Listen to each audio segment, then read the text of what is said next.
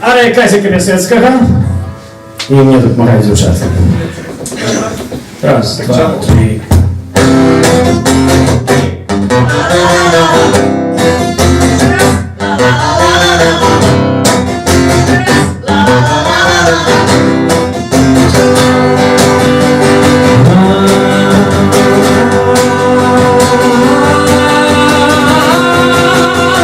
Witam panowie, jak Kazik Piasecki.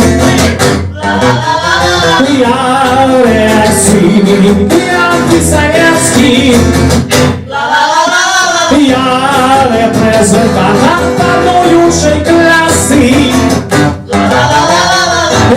Eksploatujú pracovné masy. Тут я проездом паспорт приватный.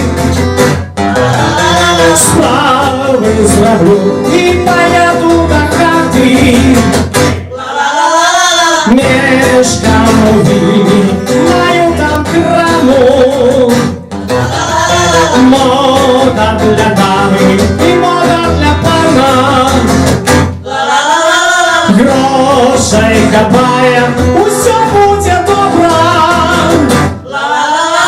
Не жиє Польська, а хто